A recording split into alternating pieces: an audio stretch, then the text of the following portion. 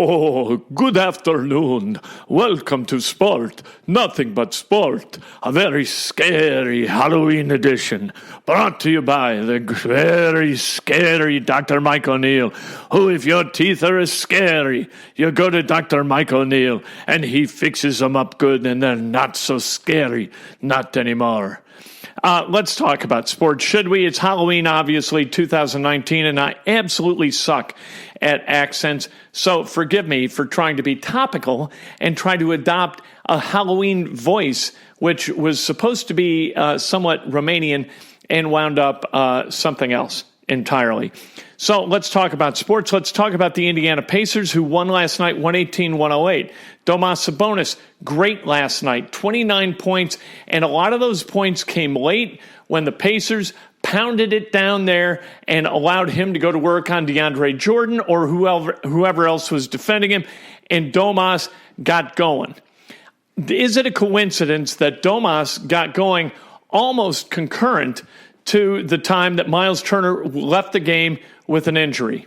He rolls his ankle, and all of a sudden, Domas gets cooking, and where the Indiana Pacers had gone 0-3 with a healthy roster mostly and a healthy Myles Turner, all of a sudden, they win a game with Myles Turner nursing that ankle from the bench. He played 10 minutes last night before he rolled his ankle. So is it too early to say, you know what, Myles Turner, I think we're better off without him?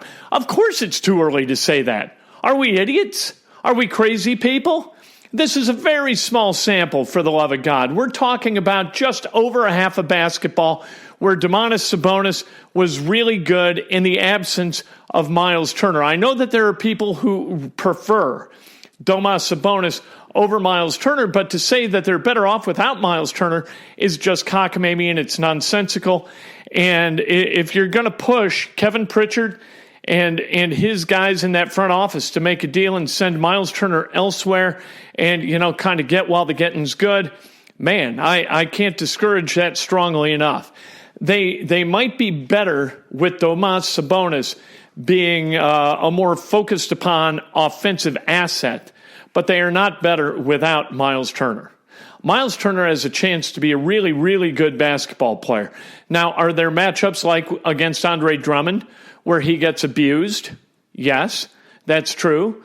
In Detroit, it is also true that in 39 minutes, he did not grab a single defensive rebound while grabbing 5 on the other end. 5 offensive rebounds, no defensive rebounds at all.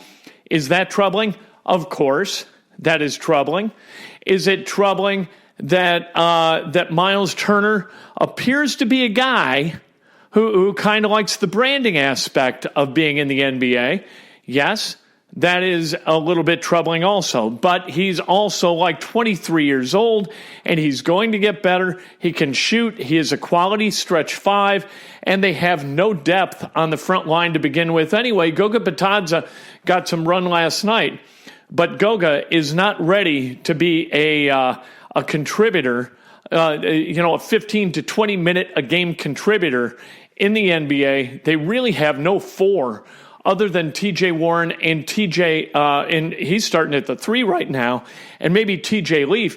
But if you want bad defense, TJ Leaf is your guy, right? They're trying to get TJ Leaf ready to play, and they've been doing that for the last 2+ years, and they haven't been able to yet. Speaking of guys not ready to play, Aaron Holiday got some run last night because Edmund Sumner, like defensively, is just completely lost.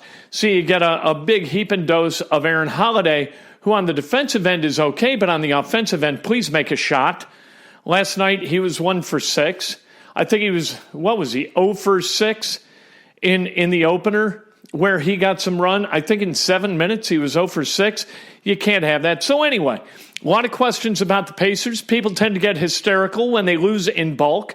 They're 1-3 now after last night's win. They've got the Cavs here tomorrow night. Got to see what that game brings. Is Myles going to play? Is he going to sit? If he sits and Indiana wins, people, reasonable people, not just the reactive nuts that are kind of squawking now, they're going to start scratching their heads and saying, "Ooh, look at that, Domas, another game where he got like 32 and 12." So what do we think now about Myles Turner? let's talk about the Indianapolis Colts. The Colts, they've got the Steelers this Sunday. The weather's supposed to be pretty good in Pittsburgh, which is a good thing.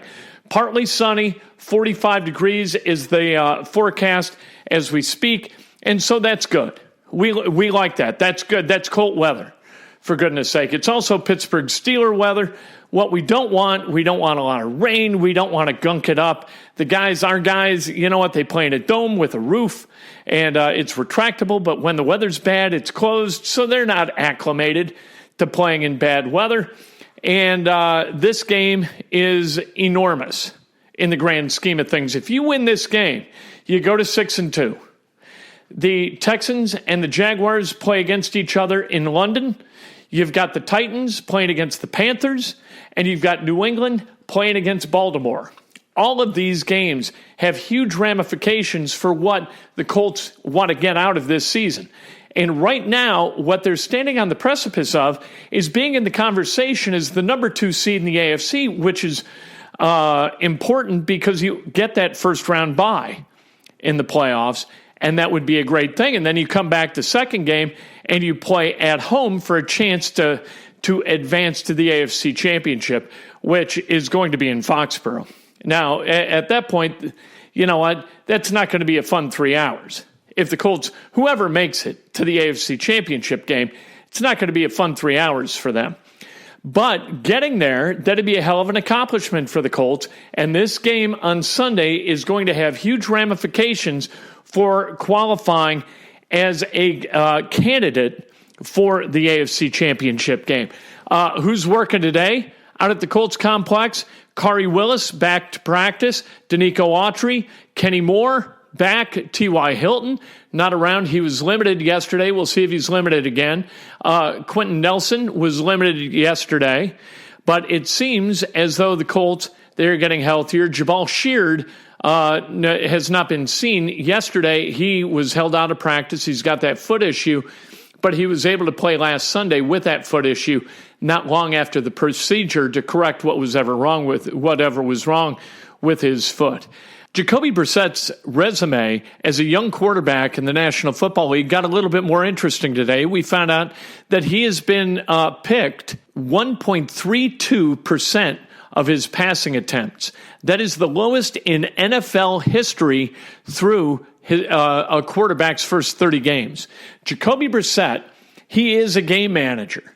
And there's nothing wrong with being a game manager. Not making mistakes is the first thing a quarterback's got to be, a guy who doesn't make mistakes, toward being a championship quarterback.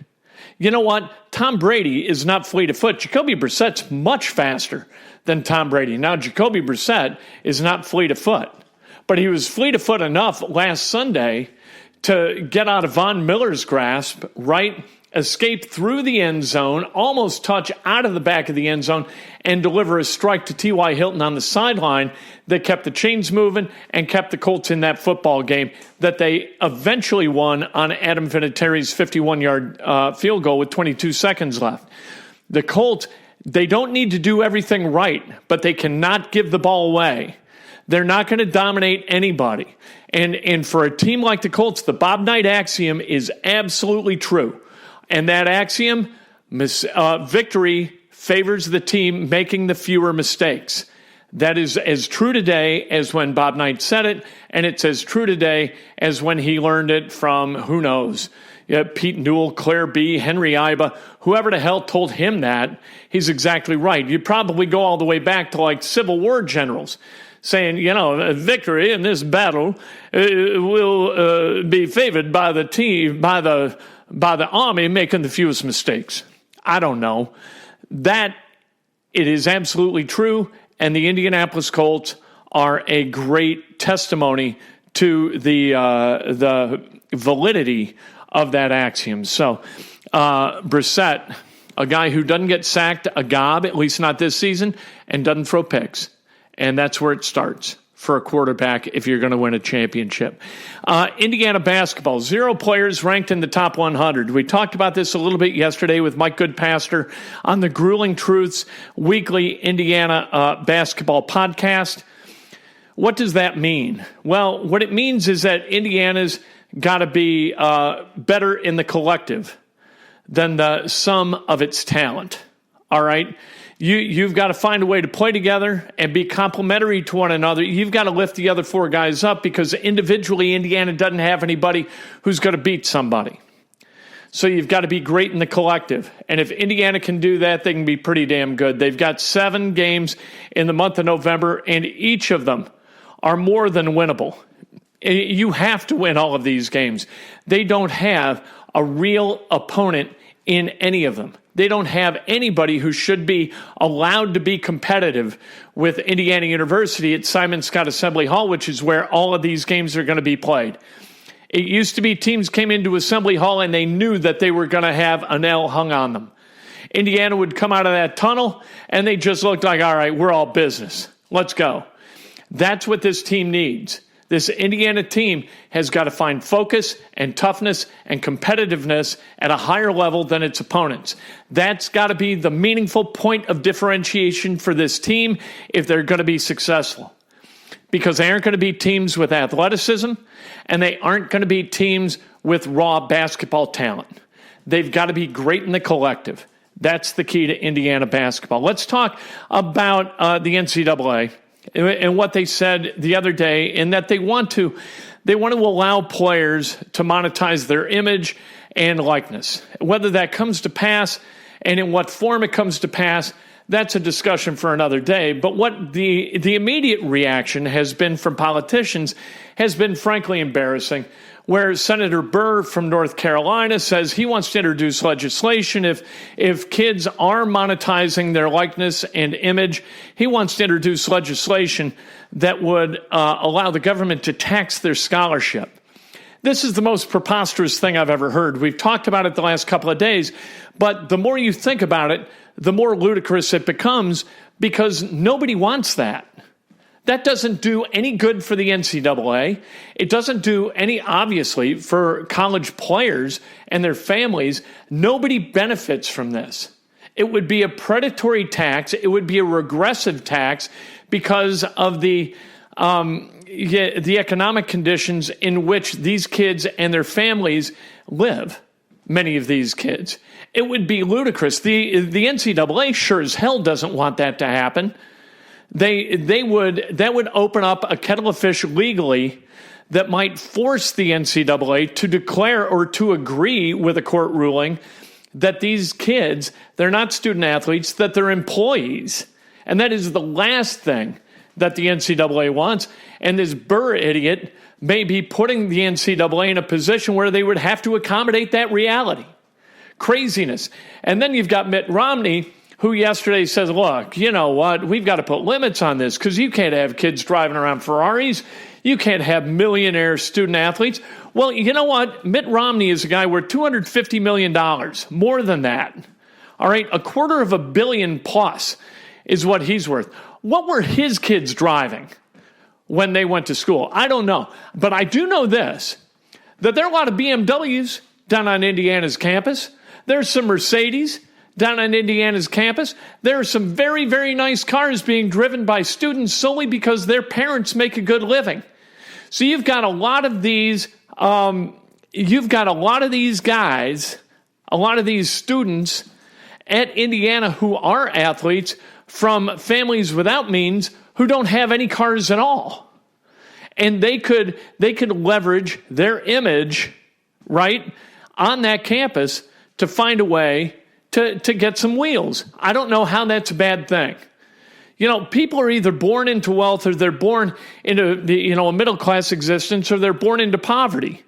It's through no fault of the students at Indiana, and it's not to their credit either, whether they are rich, whether they're middle class, or whether they're poor.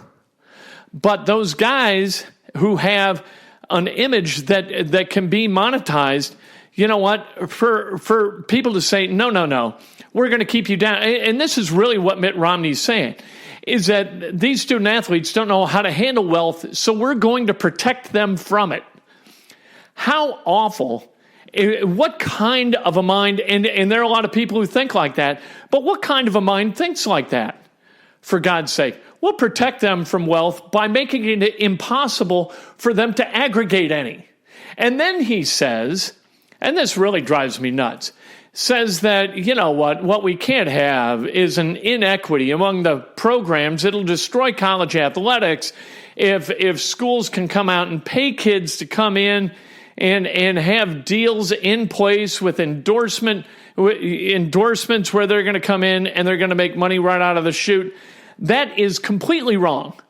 The truth is that what money being inserted into this equation might mean is it might put Indiana in the game, or Purdue or Illinois, programs like that. It might put them in the game for kids who, given the way the situation is now, are definitely going to Alabama. Right? If Nick Saban and Tom Allen are in the living room of a 5-star recruit, where the hell's that guy going to go? Is he going to go to Bloomington or is he going to Tuscaloosa? He's going to Tuscaloosa 1 million times out of 1 million times.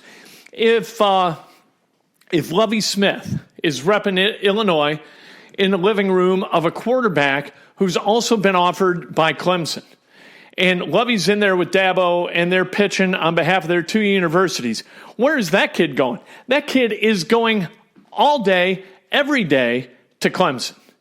Maybe if these schools, the have-not schools in terms of talent and great college football success, maybe if they've got something to dangle in front of a kid, a monetary incentive of some kind, maybe that flattens the comparison, and all of a sudden maybe some of those kids are going someplace else.